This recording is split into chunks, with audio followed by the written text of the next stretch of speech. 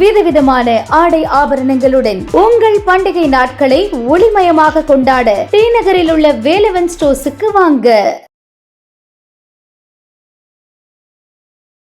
லஷ்கர் தொய்பாவுடைய வந்து ஆதரவாக ஒரு நோட்டீஸ் ஓட்டுறாரு. அந்த நோட்டீஸ் ஓட்டுறப்ப இது யார் ஓட்டுறாங்க அப்படின்னு சொல்லிட்டு அவங்க வந்து பேக் ட்ராக் பண்ணி பாக்குறப்ப இந்த டாக்டர் அதில் அகமது அப்படிங்கிறவர் வந்து அதுல இன்வால்மெண்ட் இருக்கிறது தெரிய வருது. இந்த இர்ஃபான் அகமது அவர் வந்து இமாமா இருந்திருக்காரு, ஒரு மஸ்ஜித்துக்கு வந்து இமாமா இருந்திருக்காரு. அவருடைய வீட்டிலேருந்து வந்து நிறைய வந்து வெடிபொருள் கைப்பற்றி இருக்காங்க. அது மாதிரி வந்து துப்பாக்கிகள் வந்து கைப்பற்றப்பட்டிருக்கின்றது. இவர்கள் வந்து சூசைட் வந்து ஒரு பாமராக தன்னையே வந்து அர்ப்பணிச்சுட்டு ஒரு இடத்துக்கு போயிட்டு நான் பெரிய இம்பாக்ட் ஏற்படுத்தணும்னு போறப்ப வழியில வந்து ஆக்சிடென்டல் எக்ஸ்ப்ளோர் ஆகிறதுக்கும் வாய்ப்பு இருக்கின்றது. தீவிரவாதம் அப்படின்னு சொன்னா வந்து அதுக்கு பின்னாடி வந்து வறுமை, வேலையின்மை, அதுதான் காரணம். வேலையின்மை வந்து நம்ம சரி பண்ணிட்டோம்னா தீவிரவாதத்தை வந்து தீர்த்து விடலாம் அப்படின்னு ஒரு வாதம் வந்து ஒரு சைடு வந்து போயிட்டு இருந்தது. ஆனால் அது இப்போது தவறு என்று இப்போ வந்து எல்லோருக்கும் நிரூபிக்கப்பட்டு. தினமலர் நேயர்களுக்கு வணக்கம். இன்றைக்கு நம்மோடு இணைந்திருக்கிறார் லெப்டினன்ட் கர்னல் திரு தியாகராஜன் அவர்கள். நிறைய இருக்கு அவர்கிட்ட கேள்வி கேட்கறதுக்கு. டெல்லியில் நிகழ்ந்த அந்த குண்டுவெடிப்பு சம்பவம் தொடர்பாக கேட்கலாம் நேரடியாக. வணக்கம் சார். வணக்கம் மேம். சார், டெல்லியில முதல்ல கார் வெடித்து சிதறியது அப்படின்ற ஒரு விஷயம் தான் நமக்கு தெரிஞ்சது. அடுத்ததா குண்டு வெடிப்பு அப்படின்னு சொன்னாங்க. இப்ப தீவிரவாத தாக்குதல் அப்படின்னே இதை வந்து உறுதிப்படுத்தி இருக்கிறாங்க. எந்த அடிப்படையில இது உறுதி செய்யும்? மேம், இது வந்து நம்ம பார்த்தோம் அப்படின்னு சொன்னா நேற்று மட்டும் நடந்த ஒரு இன்சிடென்ட்டா இதை வந்து நம்ம எடுத்துட்டு போக முடியாது. இதுக்கு பின்னாடி வந்து கோர்வையாக நாம் பார்க்க வேண்டிய விஷயங்கள் பல இருக்கு. சொல்லணும் அப்படின்னு சொன்னா முக்கியமாக ஜம்மு அண்ட் காஷ்மீர்ல ஒரு பெரிய டெரர் நெட்வொர்க் வந்து அவங்க வந்து ஐடென்டிஃபை பண்றாங்க. எப்படி ஐடென்டிஃபை பண்றாங்கன்னா, டாக்டர் அதில் அகமது அப்படிங்கிறவர் போயிட்டு ஒரு நோட்டீஸ் வந்து ஒன்று அனந்தநாக்ல வந்து ஒட்டுறாரு அவரு. அதாவது வந்து லஷ்கர் தொய்பாவுடைய வந்து ஆதரவாக ஒரு நோட்டீஸ் ஓட்டுறாரு. அந்த நோட்டீஸ் ஓட்டுறப்ப இது யார் ஓட்டுறாங்க அப்படின்னு சொல்லிட்டு அவங்க வந்து பேக் ட்ராக் பண்ணி பாக்குறப்ப இந்த டாக்டர் அதில் அகமது அப்படிங்கிறவர் வந்து அதுல இன்வால்மெண்ட் இருக்கிறது தெரிய வருது.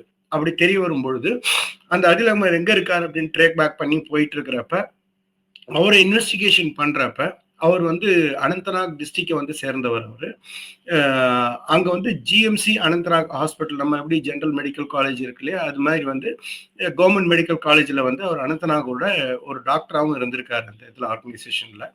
அதுக்கப்புறம் அவர் வந்து அந்த வேலையை விட்டுட்டு அவர் வந்து ஷிஃப்ட் ஆகி இதுக்கு வந்துடுறாரு. அனந்தநாக் டிஸ்ட்ரிக்ட்லேருந்து விட்டுட்டு அவர் உத்தரப்பிரதேஷ்க்கு வந்து வந்துடுறாரு. அவர் சஹாரன்பூர் கிட்டத்தட்ட வந்துடுறாரு. அவர் அங்க வந்துட்டு என்ன செய்யறாரு, அங்க அவரை போய் ட்ராக் பேக் பண்ணி அவர் அங்க போய் இது பண்றப்ப அவர்கிட்ட வந்து AK-47 கிடைக்குது. அவர்கிட்ட நீங்க பாத்தீங்கன்னா எக்ஸ்ப்ளோசிவ் மெட்டீரியல்ஸ் வந்து அவர்கிட்ட வந்து அங்க பிடிக்கிறாங்க. இந்த AK-47 எங்க வச்சிருக்காரு அப்படின்னு சொன்னா ஜிஎம்சி அனந்தநாக்ல லாக்கர்ல வச்சிருக்காரு. யாரும் ஜிஎம்சி அனந்தநாக் லாக்கருக்கு போக மாட்டாங்க அப்படின்னு அங்க வச்சிருக்காரு. இன்வெஸ்டிகேஷன் பண்றப்ப எக்ஸ்ப்ளோசிவ் மெட்டீரியல் கிடைச்சதுனால ஃபர்தர் இன்வெஸ்டிகேஷன் பண்ணி அவங்க போறாங்க. அதுக்கப்புறம் வந்து அவருடைய தொடர்புடைய மற்ற ஒரு டாக்டர் முசமில் அகமது அப்படிங்கிறவரும் அதுல கிடைக்கிறாரு. அவர் வந்து ஹரியானாவுடைய அரௌண்ட் வந்து தூஜ் அப்படிங்கிற ஹரியானாவில் இருக்கக்கூடிய ஒரு இடத்துல 3 வருஷமா ஒரு பிரைவேட் இதுல ஒர்க் பண்ணிட்டு இருக்காரு. அவரை போய் பாக்குறப்ப அவர்கிட்ட அரௌண்ட் 360 kgs ஆஃப் வந்து எக்ஸ்ப்ளோசிவ் மெட்டீரியல் கிடைக்குது, அசால்ட் ரைஃபிள் கிடைக்குது, பிஸ்டல் கிடைக்கிறது. அப்புறம் வந்து டைமர்ஸ், அந்த இம்ப்ரூவைஸ் எக்ஸ்ப்ளோசிவ் டிவைஸ் அப்படின்னு சொல்லுவோம், IEDன்னு சொல்லுவோம் இல்லைங்களா, அந்த வெடிப்பொருளை வெடிக்க வைக்கக்கூடிய அந்த கருவி. அந்த கருவியினுடைய டைமர்ஸ் வந்து கிட்டத்தட்ட ஒரு 30க்கும் மேற்பட்ட டைமர்ஸ் வந்து அவர்கிட்ட வந்து கிடைக்குது. அதுக்கப்புறம் வந்து அவங்க ஃபர்தர் வந்து ஒவ்வொரு இடமா போயிட்டு இருக்கிறப்ப ஒரு இடத்துல வந்து கிட்டத்தட்ட 3500 கிலோ எடையுடைய வெடிப்பொருளும் அவங்க வந்து கைப்பற்றாங்க. அதில் அகமதுனுடைய இன்னொரு இடத்துல இருந்து கைப்பற்றாங்க. இப்படி நடந்துட்டு இருக்கிறப்ப திடீர்னு வந்து நேற்று வந்து இந்த கைப்பற்றுதல் எல்லாமே அதிகமான குவான்டிட்டியில வந்து கைப்பற்றினது நேற்று தான் நடந்திருக்கு காலையில. அப்படி இருக்கிறப்ப திடீர்னு இந்த ஒரு வெடிகுண்டு சம்பவம் வந்து ஏற்படும் பொழுது ஒரு பெரிய ஒரு சந்தேகத்தை ஏற்படுத்தியது. முதல்ல இந்த காணொலியை நான் பார்க்கிறப்பயே நான் வந்து முடிவு பண்ணேன், இது நிச்சயமாக வந்து ஒரு கேஸ் சிலிண்டர்னால இல்ல சிஎன்ஜி சிலிண்டருடைய வெடிப்புனால வந்த ஒரு தாக்கம் கிடையாது. அது இன்டென்சிட்டி வந்து மிக அதிகமாகவும் அது இம்பாக்ட் வந்து மிக அதிகமாகவும் இருந்ததை பார்க்க முடிஞ்சது. அது மாதிரி அதோடைய வந்து இம்பாக்ட் ஏரியான்னு சொல்லுவோம், அது எவ்வளவு தூரம் பாதிப்பு ஏற்பட்டிருக்கு அப்படின்னு பார்க்கும்பொழுது நிச்சயமாக இது ஒரு மீடியம் இன்டென்சிட்டி உள்ள ஒரு வெடிபொருளால் தான் ஏற்பட்டிருக்கின்றது அப்படிங்கிறது வந்து முடிவு பண்ணோம் நம்ம. அதே தான் இப்போ வந்து நம்ம பார்த்தோம் அப்படின்னா காலையில அவங்க வந்து இது நிச்சயமாக தீவிரவாதத்தினுடைய இது இருக்கு, தொடர்பு இருக்கின்றது அப்படின்னு சொல்லிட்டு எஃப்ஐஆர் பதிவுபடப்பட்டிருக்கின்றது. என்ஐஏ வந்து அதுல வந்து இறங்கியிருக்காங்க. அது மாதிரி இன்வெஸ்டிகேஷன் ஏஜென்சிஸ், பல ஏஜென்சிஸ் வந்து அதுல இறங்கியிருக்காங்க. அவங்க வந்து அதனுடைய சொல்லணும் அப்படின்னு சொன்னா எஃப்எஸ்எல், அப்புறம் வந்து சிஎஃப்எஸ்எல் அப்படின்னு சொல்லுவோம்ல, ஃபாரன்சிக் சயின்ஸ் லெபார்டரிஸ், அப்புறம் சென்ட்ரல் ஃபாரன்சிக் சயின்ஸ் லெபார்டரிஸ், அவங்க எல்லாருமே வந்து அதில் வந்து இறங்கி ஒர்க் பண்ணிட்டு இருக்காங்க. அதனுடைய வந்து எது மாதிரியான வெடிபொருள் வந்து உபயோகப்படுத்தியிருக்காங்க அப்படிங்கிறதுல வந்து கண்டறிவதற்கும் எவ்வளவு வந்து உபயோகப்படுத்தியிருக்காங்க, எங்கிருந்து வந்தது, இது வந்து தானாகவே வெடித்ததா, அதாவது ஆக்சிடென்டல் டிட்டனேஷன் சொல்லுவோம். அவங்க வெடிக்கணும், அவங்க வந்து எடுத்துட்டு போவாங்க ஒரு இடத்துல இன்னொரு இடத்துக்கு நெடுப்புறையே வந்து, ஆனா அது வெடிச்சிடும். இப்போ ஃபார் எக்ஸாம்பிள் நம்ம கோயம்புத்தூர் இன்சிடென்ட்ஸ் நடந்தது இல்லையா, ஸ்பீட் பிரேக்கர் வேகமா கார் வந்து ஜம்ப் ஆகிறப்ப அது வந்து டிட்டனேட் ஆயிடுச்சு. அது அவங்களோட டார்கெட் வேறையா இருக்கும், ஆனா போற வழியில அது வந்து வெடிச்சிடும். ஸோ அது மாதிரி வந்து ஆக்சிடென்டல் டிட்டனேஷன் ஏற்பட்டிருக்கா, இவங்களோட ஆக்சுவல் டார்கெட் என்ன, இவங்களுடைய வந்து மோடஸ் ஆப்ரண்டி என்ன, இவர்களுக்கு பின்னால் வந்து எவ்வளவு வந்து இந்த செயின் இருக்கு, எப்படி வந்து அதை வந்து கிராக் பண்றது, இதனுடைய பேக் ட்ராக் பண்ணி போறப்ப வேற எந்த நாடுகளுடைய தொடர்பு இருக்கின்றது அப்படின்னு பல விஷயங்கள் வந்து ஆராயக்கூடிய நிலையில் நாம் இன்று இருக்கின்றோம். இப்ப இதுக்கும் வந்து நம்ம அங்க காஷ்மீர்ல ஏற்கனவே வந்து ஒரு தாக்குதல் சம்பவம் நடந்தது. அதற்கும் ஏதாவது லிங்க் இருப்பதற்கான வாய்ப்பு இருக்கா? அடிப்படையான இந்த ஆபரேஷன்ஸ் எல்லாம் பார்க்கும்போது உங்களுக்கு எப்படி தோணுது? இதுக்குள்ள பாகிஸ்தான் டெரரிசமும் இருக்குமா அப்படின்ற ஒரு கேள்வியும் இப்ப எழுப்பப்படுது. எல்லாருமே பாகிஸ்தான்ல இருந்தும் சம்மந்தப்பட்டிருப்பார்களா அப்படின்ற ஒரு கேள்வியும் இருக்கிறது. அது மாதிரியான ஏதாவது ஆங்கிள் உங்களுக்கு தென்படுதா இதை பார்க்கும்? நிச்சயமாக. ஏதாவது நம்ம மிகவும் இதை பத்தி நிறைய வந்து இதை பத்தி நான் வந்து கேள்விப்பட்டேன், படிச்சேன். அவங்க இருக்கக்கூடிய ஜம்மு அண்ட் காஷ்மீர்ல இருக்கக்கூடிய நண்பர்களோடு வந்து பேசினேன். அவங்க இருக்கும்பொழுது அவர்கள் கூறிய விஷயம் அப்படின்னு நீங்க என்னன்னு பாத்தீங்கன்னா, இந்த இர்ஃபான் அகமது அவர் வந்து இமாமா இருந்திருக்காரு, ஒரு மஸ்ஜித்துக்கு வந்து இமாமா இருந்திருக்காரு. அவருடைய வீட்டிலேருந்து வந்து நிறைய வந்து வெடிபொருள் கைப்பற்றி இருக்காங்க. அது மாதிரி வந்து துப்பாக்கிகள் வந்து கைப்பற்றப்பட்டு இருக்கின்றது. இவர் தான் வந்து மாஸ்டர் மைண்டா இருந்திருக்காரு இந்த டாக்டர்ஸ்க்கெல்லாம். இந்த டாக்டர் அடிக்கடி அவங்க வீட்டுக்கு போறதாகவும் அவன் வந்து கேள்விப்பட்டது. அப்புறம் டாக்டரை ட்ராக் பண்ணாங்க, டாக்டர்லாம் பிடிக்க ஆரம்பிச்சாங்க. ஸோ இது வந்து ஒரு விஷயம். அப்படி இருக்கும்போது அந்த இர்ஃபான் அகமது வந்து இன்ட்ராகேஷன் பண்ணிட்டு இருக்கிறப்ப அவர் கொடுத்த வந்து செய்தி என்ன அப்படின்னு சொன்னா, ஜெய்ஷர் முகமது தான் வந்து இதை இயக்குகின்றது. இவர் அன்சார் கஹாவத் உல் ஹிந்த் அப்படிங்கிறவர் தான் இது ஆப்ரேட் பண்ணக்கூடிய ஒரு ஹேண்டிலர் அப்படின்னு சொல்லுவோம். அதாவது வந்து பாகிஸ்தான்ல இருப்பாங்க, ஜெய்ஷ் இ முகமதை சேர்ந்தவர்களாக இருப்பார்கள். ஒரு ஹேண்டிலர் அப்படின்னு சொல்லிட்டு ஒருத்தரை வந்து நியமிப்பாங்க. அவங்க தான் இவங்களை வந்து ஹேண்டில் பண்ணுவாங்க. என்ன செய்யணும், எங்க போகணும், எப்படி செய்யணும் அப்படின்னு இவர்களை வந்து வழி நடத்தி செல்பவர்கள், கமாண்ட் கொடுக்க பண்றவங்க அப்படின்னு. ஸோ அது மாதிரி ஹேண்டிலருடைய பேரும் வந்து சொல்லிட்டாரு. ஸோ இவருடைய இன்ட்ராகேஷனை பொறுத்தவரை இப்போ வந்து யார் வந்து ஹேண்டிலர் அப்படிங்கிற இன்ஃபர்மேஷன் தெரிஞ்சிருச்சு. எந்த தீவிரவாத இயக்கம் இதுல வந்து தொடர்பு இருந்தது அப்படின்னு வந்து ஜம்மு அண்ட் காஷ்மீர்ல தெரிஞ்சிருச்சு. இப்ப ஜம்மு அண்ட் காஷ்மீருக்கும் டெல்லிக்கும் தொடர்பு இருக்கா அப்படின்னா நிச்சயமாக தொடர்பு இருக்கின்றது. ஏன்னா அதே அந்த ஒயிட் காலர் டெரரிசம் அப்படின்னு வந்து சொல்லுவோம். அந்த ஒயிட் காலர் டெரரிசத்துல அதே டாக்டர் தான் வந்து நேற்று நடந்த ஒரு இன்சிடென்ட்ஸ்லயும் ஒரு டாக்டர் தான் இருக்காரு அதுல. அந்த இன்சிடென்ட்ஸ்ல அவருடைய வந்து உடல் பாகத்தை எடுத்து டிஎன்ஏ டெஸ்ட் காமிச்சிருக்காங்க. அவருடைய வந்து மதர், அவருடைய பிரதர் எல்லாரையும் வந்து அரெஸ்ட் பண்ணி வச்சிருக்காங்க. இன்வெஸ்டிகேஷன் நடந்துட்டு இருக்கு. அவருடைய கார் தான் வந்து வெடிப்பு ஏற்பட்டு இருக்கின்றது அப்படிங்கிறது வந்து கிளியரா வந்து இதுல வந்து ஐடென்டிபிகேஷன் தெரிகின்றது. ரெண்டாவது, அந்த காரை பொறுத்தவரை அது வந்து ஒரு சிஎன்ஜி எக்ஸ்ப்ளோர்ட் ஆன மாதிரியான ஒரு இம்பாக்ட் கிடையாதுங்கிறதும் ரொம்ப கிளியரா வந்து தெரிஞ்சிருக்கு. அதனால வந்து இந்த தொடர்பு, அதாவது வந்து மற்ற 2 டாக்டர் வந்து பிடிபட்டுட்டாங்க. கிட்டத்தட்ட ஒரு 14 பேர் வந்து பிடிபட்டிருக்காங்க. அந்த டாக்டரை தவிர இந்த செயின்ல வந்து பிடிபட்டிருக்காங்க. அப்படி இருக்கும்போது இவர்களையும் பிடித்து விடுவார்கள் அப்படிங்கிற ஒரு பயத்துல கூட அவங்க அந்த எக்ஸ்ப்ளோசிவ் எடுத்துட்டு ஒவ்வொரு இடமா போயிட்டு இருக்கிறப்ப அது வந்து ஒரு இடத்துல வந்து அது ஆக்சிடென்டல் எக்ஸ்ப்ளோஷன் ஆகிறதுக்கு வாய்ப்பு இருக்கு. அப்படி இல்லை அப்படின்னு சொன்னா இவர்கள் வந்து சூசைட் வந்து ஒரு பாமராக தண்ணியே வந்து அர்ப்பணிச்சுட்டு ஒரு இடத்துக்கு போயிட்டு நான் பெரிய இம்பாக்ட் ஏற்படுத்தணும் போறப்ப வழியில வந்து ஆக்சிடென்டல் எக்ஸ்ப்ளோர் ஆகிறதுக்கும் வாய்ப்பு இருக்கின்றது. அல்லது மூணாவது வந்து நம்ம சொல்லணும் அப்படின்னா இந்த ஹேண்ட்லர்னு சொன்னோம் இல்லையா, பாகிஸ்தான்ல இருந்து ஜெய்எம் ஜெய்ஷ் இ முகமதுனுடைய ஹேண்ட்லர் வந்து இவருக்கு நீங்க இது மாதிரி இந்த இடத்துக்கு போங்க, இங்க போய் நீங்க எக்ஸ்ப்ளோர் பண்ணுங்கன்னு அவங்களுக்கு வந்து ஆர்டர்ஸும் கொடுத்துருக்கலாம். இது வந்து நம்ம வந்து டிஜிட்டல் இம்ப்ரெஷன்ஸ் நம்ம வந்து சொல்லுவோம். இவர் உபயோகப்படுத்திய அந்த போன் வந்து எங்கெங்க போயிருக்கு, என்ன கால் வந்திருக்கு, எங்க வந்து எங்கேஜ் ஆயிருக்காரு, என்ன இவருக்கு கமாண்ட் கிடைச்சிருக்கு, என்ன செஞ்சிருக்காரு அப்படின்னு டிஜிட்டல் இம்ப்ரெஷன்ஸ் பல விஷயத்துல இருப்பாங்க. இன்ட்ராகேஷன் வந்து 360 டிகிரியில் நடக்கும். அப்படி நடக்கும் பொழுது அந்த ஹேண்டிலருடைய கம்யூனிகேஷன், என்ன எக்யூப்மெண்ட் யூஸ் பண்ணாங்க, எப்படி தொடர்புல இருந்தாங்க, அதோட எவிடன்ஸ் எல்லாம் எடுப்பாங்க. ஸோ எடுத்து இதை வந்து ஒரு டாக்குமெண்டேஷனா, ஒரு டாக்குமெண்டடான ஒரு இதை வந்து டோசியரா வந்து நிச்சயமா இதை வந்து பிரசன்ட் பண்ணுவாங்க கவர்மெண்ட்டுக்கு.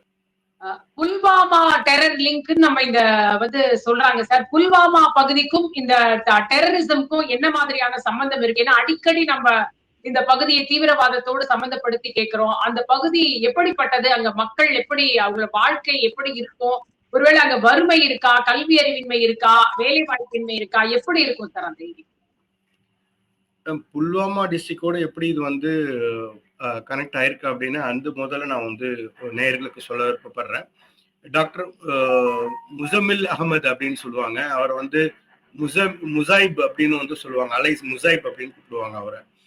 அவர் வந்து புல்வாமா டிஸ்ட்ரிக்டை சேர்ந்தவர். அவர் இப்ப வந்து பிடிபட்டு இருக்கிற இந்த டாக்டர் முசமில் அகமது வந்து புல்வாமா டிஸ்ட்ரிக்டை சேர்ந்தவர். அவர் இவர் வந்து 9th நவம்பர் வந்து அவர் வந்து அரெஸ்ட் பண்றாங்க. Joint team Jammu and Kashmir and Haryana police 2 பேர் சேர்ந்து அவர் வந்து அரெஸ்ட் பண்றாங்க. அவர்கிட்ட தான் வந்து 360 கிலோ வந்து அமோனியம் நைட்ரேட் ஆர் அது சிமிலரான ஒரு வெடிபொருளும், அசால்ட் ரைஃபிள், பிஸ்டல், டைமர்ஸ் அதெல்லாம் அவர்கிட்ட இருந்து வந்து நமக்கு வந்து கிடைக்குது. ஸோ இது வந்து புல்வாமாவினோட அந்த கனெக்டிவிட்டி இதுலயும் வந்து இருக்கு அப்படிங்கறத நம்மால் பார்க்க முடிகின்றது. அதை தாண்டி பார்க்கும்போது புல்வாமால வந்து மிகவும் பின்தங்கிய இடம் அப்படிங்கிறது எதுவுமே கிடையாது. ஏன்னா புல்வாமாவை பொறுத்தவரை ஒரு நல்ல ஒரு டூரிஸ்ட் ஸ்பாட்டா தான் நம்ம வந்து பார்க்க முடிகின்றது. ஏன்னா இந்த புல்வாமால பார்த்தோன்னே நம்பர் ஆஃப் அங்க ரெசிடென்ட்ஸ் வந்து ரொம்ப கம்மி, அங்க வரக்கூடிய டூரிஸ்ட் வந்து ரொம்ப அதிகம். அதனால அவர்கள் எல்லோருக்குமே வந்து இந்த டூரிசத்தை நம்பி அதுல வந்து நிறைய சம்பாதிக்கக்கூடிய நல்ல வெல் செட்டில்டு பீப்புள் தான் அங்க வந்து இருக்காங்க. இப்ப நீங்க தீவிரவாதம் அப்படின்னு சொன்னா வந்து அதுக்கு பின்னாடி வந்து வறுமை, வேலையின்மை அதுதான் காரணம். வேலையின்மை வந்து நம்ம சரி பண்ணிட்டோம்னா தீவிரவாதத்தை வந்து தீர்த்து விடலாம் அப்படின்னு ஒரு வாதம் வந்து ஒரு சைடு வந்து போயிட்டு இருந்தது. ஆனால் அது இப்பொழுது தவறு என்று இப்போ வந்து எல்லோருக்கும் நிரூபிக்கப்பட்டு விட்டது. ஏன் அப்படின்னு கேட்டீங்கன்னா, இந்த தீவிரவாதத்துல வந்து நம்ம பார்த்தீங்கன்னா டாக்டர் முசமிலாக இருக்கட்டும், இல்லை டாக்டர் அடில் அகமதாக இருக்கட்டும், இல்லை அதை தாண்டி வந்து இப்போ ஒரு இந்த தீவிரவாத இந்த வெடிபொருளை ஈடுபட்டிருக்கின்ற இப்ப இந்த டாக்டராக இருக்கட்டும், மொத்தம் 4 டாக்டருக்கு மேல வந்து அரெஸ்ட் பண்ணியிருக்காங்க. இதுல ஒரு பெண் டாக்டரும் இதுல வந்து இன்க்ளூடட் அப்படிங்கறத சொல்ல விருப்பப்படுறோம். மொத்தம் 4 டாக்டர்ஸ் இதுல அரெஸ்ட் பண்ணியிருக்காங்க. ஸோ ஒரு ஒயிட் காலர் டெரரிசம் அவர்களிடம் எல்லாம் இருக்கு. இப்ப நீங்க பாத்தீங்கன்னா டாக்டர் முசமில் அகமதுனுடைய அப்பா வந்து தாசில்தாரா இருந்திருக்காரு. ரொம்ப பெரிய ஃபேமிலி, ரொம்ப பெரிய ஒரு புகழ்பெற்ற ஃபேமிலி. அதே மாதிரி அதில் அகமதுடைய ஃபேமிலி ரொம்ப பெரிய ஒரு புகழ்பெற்ற ஒரு ஃபேமிலி. யாரும் நம்பிக்கை வைக்க மாட்டாங்க இது மாதிரி செய்வாங்க அப்படின்னு சொல்லிட்டு. ஸோ அப்படி இருக்கும்பொழுது இதன் பின் என்ன இருக்கின்றது, இந்த தீவிரவாதத்திற்கு பின் என்ன இருக்கின்றது அப்படின்னு சொன்னா அவருடைய கொள்கை இருக்கின்றது. தீவிரவாதத்திற்கு பின் என்ன இருக்குன்னா கொள்கை மட்டும்தான் இருக்கு. அங்க வறுமையோ அல்லது வந்து ஒரு படிப்பின்மையோ எதுவுமே கிடையாது. அவருடைய கொள்கை, அவர்களுடைய அந்த இஸ்லாத்தை உலகம் முழுவதும் கொண்டு செல்ல வேண்டும், பரப்ப வேண்டும், இஸ்லாமிக் நேஷனாக எல்லாத்தையும் கன்வெர்ட் பண்ணணும். அதுதான் அவருடைய கொள்கை. அந்த கொள்கையினால் இந்த தீவிரவாதம் பரவுகின்றது அப்படிங்கறதுதான் வந்து ரொம்ப வெட்ட வெளிச்சமாக ரொம்ப கிளியரான ஒரு மெசேஜ் வந்து கொடுத்திருக்கிறது நம்மால் பார்க்க முடிகின்றது. இப்ப நம்ம வந்து காஷ்மீர் தீவிரவாத தாக்குதல் சம்பவத்துக்கு அப்புறம் தான் நம்ம ஆபரேஷன் சிந்தூர் அப்படின்னே ஒண்ணு வந்து இந்தியாவின் சார்பில் நம்ம வந்து பண்ணி அங்க இருக்கிற தீவிரவாத முகாம்கள்லாம் வந்து அழிக்கப்பட்டது சில அப்படின்றதெல்லாம் நம்ம பார்த்தோம். ஆனால் அதையும் தாண்டி இவங்க வந்து டெல்லிக்குள்ளே வந்து இப்படி ஒரு சம்பவத்தை நிகழ்த்துறாங்க அப்படின்னா இன்னும் நம்ம வந்து ஏதாவது நம்ம கிட்ட குறைபாடுகள் ஏதாவது இருக்கா, அந்த குறைபாட்டை வச்சுதான் இவங்க இந்த உள்ளுக்குள்ள வந்திருக்காங்களா, டெல்லியிலேயே அது இருக்கா அப்படின்ற ஒரு கேள்வி இருக்கு இல்லையா? ஏன்னா அரவிந்த் கெஜ்ரிவால் அவர்கள் கூட இந்த எழுப்புறாங்க பாதுகாப்பு குறைபாடு அப்படின்னு. சொல்லுங்க சார், அப்படி ஒரு விஷயம் இருக்கா இப்போ டெல்லியில? பாதுகாப்பு குறைபாடு அப்படிங்கிறது எந்த இடத்துல ஒரு அசம்பாவிதம் ஏற்பட்டாலும், தீவிரவாத தாக்குதல் ஏற்பட்டாலும், ஒரு ஆக்சிடென்ட் ஏற்பட்டாலும் அங்க பாதுகாப்பு குறைபாடு தான். அது வந்து ஒரு ட்ரெயின் ஆக்சிடென்ட்டாக இருக்கட்டும், இல்ல வந்து ஒரு தீ விபத்தாக இருக்கட்டும், இல்ல ஒரு தீவிரவாத தாக்குதலாக இருக்கட்டும், எது இருந்தாலும் அங்க பாதுகாப்பு குறைபாடு இருந்திருக்கின்றது. முன்னெடுக்கக்கூடிய நடவடிக்கை குறைவாக இருக்கின்றது. அதுல மாற்று கருத்து கிடையாது. ஆனால் இந்த தீவிரவாத தாக்குதலை முழுமையாக தடுக்க முடியுமா? ஏதாவது ஒரு நாட்டுல யாராவது தடுக்க முடியுமா? யாராவது தலைவர்களால் தடுக்க முடியுமா அப்படின்னா, அது போன்ற நாடும் கிடையாது, அது போன்ற தலைவர்களும் கிடையாது, அது போன்ற ஒரு பெரிய உளவுத்துறையும் உலகத்தில் எங்கும் கிடையாது. இப்ப நீங்க இந்த கேஸ் நீங்க கிளாசிக் கேஸ் எடுத்து பாத்தீங்கன்னா, இவங்க வந்து ஒருத்தர் வந்து கவர்மெண்ட் ஹாஸ்பிட்டல்ல டாக்டரா இருந்தவர். அவங்க வந்து ஷிஃப்ட் ஆகி இன்னொரு இடத்துல போயிட்டு என்சிஆர்ல போயிட்டு டெல்லியில அந்த என்சிஆர்ல போயிட்டு அவர் போய் ஜாப்ல இருக்காரு. இன்னொருத்தரும் டாக்டரா இருக்காரு. அவரும் ஒரு ஃபேமஸான டாக்டர். ஸோ ஒரு டாக்டர் வந்து யாரும் வந்து ஒரு எதிர்பார்க்க மாட்டாங்க ஒரு தீவிரவாத செயலில் ஈடுபடுபவர்னு. ஒரு பெண் மருத்துவர் அவரும் வந்து அதுல ஈடுபட்டிருக்காங்க. அவங்களும் வந்து இது மாதிரி ஒரு தீவிரவாதத்தில் ஈடுபடுவாங்களா அப்படின்னு யாருக்குமே வந்து தோணாது. ஸோ ஒரு லேடி வந்து ஒரு வண்டியை வந்து டிரைவ் பண்ணிட்டு போறாங்கன்னா நார்மலாவே எந்த போலீஸும் வண்டியை நிறுத்தி செக் பண்ண மாட்டாங்க. அவங்களுக்கு ரெஸ்பெக்ட் கொடுப்பாங்க அவங்களுக்கு அந்த விமனுக்கு. ஸோ அந்த வண்டியை நிறுத்த மாட்டாங்க. ஈவன் ஒரு லைசன்ஸ் இருக்கான்னு கூட பார்க்கறதுக்கு நிறுத்த மாட்டாங்க. ஸோ அது மாதிரி இருக்கும் பொழுது இவர்கள் வந்து ஒரு ஒயிட் காலர்டு ஜாப் உள்ள யாரும் சந்தேகப்படாத ஒருத்தரை வந்து ஒரு ஒரு பீப்புளை வந்து தேர்ந்தெடுத்து அவர்கள் மூலம் வந்து இந்த தீவிரவாதத்தை எடுத்து செல்கின்றார்கள். அந்த ஒயிட் காலர் ஜாப்ல இருக்கிறவங்க ஏன் இதுல போய் ஜாயின் பண்றாங்க? அவங்கள்ட்ட பணம் இல்லையா, புகழ் இல்லையா, என்ன அவங்க கிட்ட இல்ல படிப்பு இல்லையா, இல்ல அவங்களுக்கு தெரியாதா தாம் செய்யறது தவறுன்னு? எல்லாமே தெரியும். ஆனால் அவர்களுடைய கொள்கைக்காக அவர்கள் இது செய்கின்றார்கள். சோ அப்படி இருக்கும் பொழுது இது முழுமையாக நம்மால் நிறுத்திவிட முடியுமா ஒரே நாள்ல அப்படின்னா நிச்சயமாக அதை வந்து நிறுத்த முடியாது. ஒரு அரசியல் ஆதாயத்திற்காக அரசியல்ல வந்து குறை கூற வேண்டும் ஆளும் வந்து அரசாங்கத்தை அப்படிங்கிறதுக்காக அவர்கள் என்ன வேணாலும் அவர்கள் அரசியல்வாதிகள் வந்து கேட்கலாம். இந்த நேரத்தில் வந்து அதே அந்த கெஜ்ரிவால் வந்து கேட்டிருந்தாரு, இவங்க வந்து எங்கெங்க வந்து இந்த டெரர் வந்து யூனிட் வந்து எங்கெங்க வந்து பரவி இருக்கின்றது அதை கேடுங்கள், அது வந்து அதன் மீது மிகப்பெரிய வந்து கடுமையான நடவடிக்கை எடுங்கள், ஒன்றிணைந்து நாம் செயல்பட வேண்டும் அப்படின்னு ஒரு உண்மையான ஒரு தேசபக்தி உள்ள மக்கள் மீது வந்து ஒரு ஒரு பரிவுள்ள ஒரு இந்தியனாக இருந்தால் அப்படிதான் ஒருத்தர் சொல்லணும். நீங்க அதே மாதிரி நீங்க பாத்தீங்கன்னா நான் வந்து நம்ம நான் வந்து மிகவும் மதிக்கக்கூடிய மாயாவதி அம்மையார் வந்து ரொம்ப புகழ்வேன். இது மாதிரி இன்சிடென்ட்ஸ் எல்லாம் அவங்க வந்து நாடோடு ஒன்று நிற்பார்கள். பிரிவினைவாத செயல்களை வந்து அவர்கள் பேச மாட்டார். அது மாதிரி இருக்கக்கூடிய ஒரு தலைமையை தான் வந்து நம்ம எதிர்பார்க்கணும். நமது நாடு வந்து ஒரு முன்னேற்றத்தை நோக்கி சென்று கொண்டிருக்கின்ற இந்த நிலையில் அது இராணுவத்தினுடைய 4வது நிலையில் இருக்கக்கூடிய உலகத்தின் மிகப்பெரிய 4வது நிலையில் இருக்கக்கூடிய இராணுவத்தினுடைய நிலையாக இருக்கட்டும், அல்லது பொருளாதார நிலையில் வந்து நாம் மிக வேகமாக முன்னேறி கொண்டிருக்கின்ற இந்த நிலையில் மற்ற நாடுகள் வந்து சதி திட்டம் தீட்டும், அதற்கான பல விளைவுகளை ஏற்படுத்தும். அதை வந்து நாம் எதிர்நோக்கி தகர்த்து நம்முடைய இலக்கை அடைகின்ற நிலையில் இருக்கின்றோம். ஆகையால் நம்ம வந்து சிதறக்கூடாது. அரசியல் பல அமைப்புகள் வந்து வெளிநாடுகளுடைய பல நோக்கங்களால் அவர்கள் செயல்பட்டு கொண்டிருக்கின்றார்கள். அது போன்றவர்களை நாம் கண்டு இனம் கொள்ள வேண்டும். அவர்களுக்கு வந்து நாம் எப்பொழுது வந்து ஒரு எலெக்ஷன் அப்படின்னு வருதோ அவங்களுக்கெல்லாம் நம்ம ஓட்டளிக்க கூடாது. அதுதான் வந்து அவர்களுக்கு கொடுக்கக்கூடிய சரியான பாதையாக இருக்கும் அப்படின்னு நான் நினைக்கிறேன். இப்ப இதற்குள்ள ஜெய்ஷே முகமது இருக்காங்க அப்படின்ற அளவிற்கு நீங்க வந்து சொல்லியிருக்கீங்க. அப்படி இருக்கும் பொழுது ஆபரேஷன் சிந்தூர் அப்படிங்கறத நம்ம இன்னும் தொடர வேண்டிய அவசியம் இருக்கா? தொடருமா? உங்களுடைய மிகவும் அருமையான ஒரு கேள்வி. இதுதான் வந்து நான் எதிர்பார்த்தேன் உங்கள்கிட்ட இருந்து. ஏன்னா மக்களும் இதான் எதிர்பார்ப்பாங்க. அவங்களுடைய எண்ணங்களிலும் அலைகளிலும் இதான் இருக்கும். இப்ப அடுத்து வந்து நம்ம இது ஓகே, இது வந்து ஒரு தீவிரவாத இயக்கம். இதுல வந்து ஜெய்ஷே முகமதுடைய வந்து இன்வால்மெண்ட் இருக்கு. ஹேண்டிலர் வந்து அங்க இருந்து பண்ணியிருக்காங்க. அவருடைய ஸ்டேட்மெண்ட் வந்து ஃபரான் அகமது வந்து கொடுத்திருக்காரு. இப்ப வந்து இது எப்படி வந்து அடுத்து வந்து ஆபரேஷன் சிந்தூர் 2 வந்து ஸ்டார்ட் ஆயிடுமா அப்படிங்கிற ஒரு அருமையான கேள்வி உங்களுக்கு. நாம் எப்பொழுதுமே நம்மளுடைய கண்ட்ரி வந்து ரொம்ப ரெஸ்பான்சிபிளான ஒரு கண்ட்ரி. நம்ம ஏதாவது ஒரு ஆக்ஷன் எடுக்கிறதுக்கு முன்னாடி முழுமையாக ஆராய்ந்து அறிந்து செயல்படுவோம். அப்படி இருக்கும்பொழுது இப்ப நம்ம இந்த இன்ட்ராகேஷன்ல கிடைச்சிருக்கிற இன்ஃபர்மேஷன்ஸை வச்சு ஃபர்தர் வந்து evidence collection and forensic examinations வந்து கண்டக்ட் பண்ணுவாங்க.